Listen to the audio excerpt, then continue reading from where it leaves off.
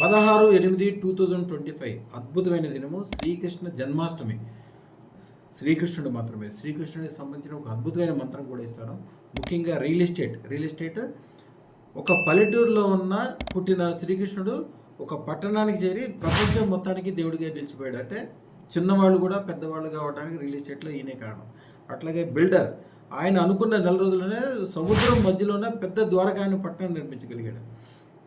అలాగే సంతానం కోరుకునేవాళ్ళు, వివాహం కోరుకునేవాళ్ళు, అధికమైన సంపదలు, అన్ని రకాలైన పదవులు కోరుకునేవాళ్ళు శ్రీకృష్ణుడి యొక్క అదృష్టత్రం పెట్టుకోవడానికి ఉత్తర భారతదేశంలో మెయిన్ దినం ఇదే అనుకుంటారు. ఎందుకంటే ముఖ్యంగా ధన ధాన్య సుఖ సంతోష సౌభాగ్యాలు, ముఖ్యంగా మనోకామనాలు ఇష్టం. ఎప్పుడో నుంచో ఎన్నో పనులు వ్యవహారాలు ఏదో చేద్దాం అనుకుంటారు, అది అవ్వదు.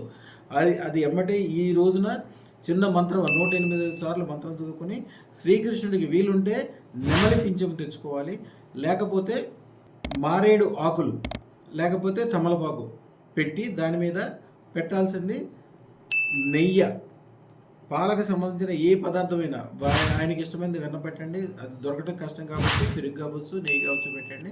అన్నంలో కలిపి ఒక అద్భుతమైన మంత్రం 108 సార్లు పొద్దున, మధ్యాహ్నం, రాత్రి చదువుకోండి. అసలు అదృష్టం వీళ్ళ పెట్టుకుందామని మనసులో అనుకుంటేనే బ్రహ్మాండంగా ఉంటుంది.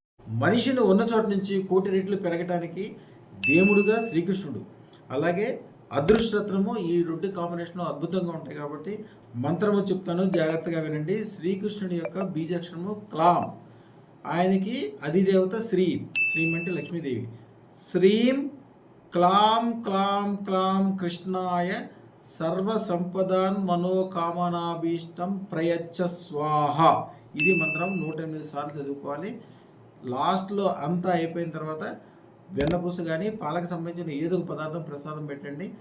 దాంట్లో వీలైతే కొద్దిగా బెల్లం కలపండి. ఒక అదృష్టరత్నం కంపల్సరీ ఈరోజు ధారణ చేయడానికి వాళ్ళు అదృష్టరత్నాలు కొనుక్కుంటారు. పిల్లలకి, ముఖ్యంగా ఇంట్లో ఉన్న చిన్న పిల్లలకి అదృష్టరత్నాలు పెట్టించడానికి ఇది అద్భుతమైన టైం.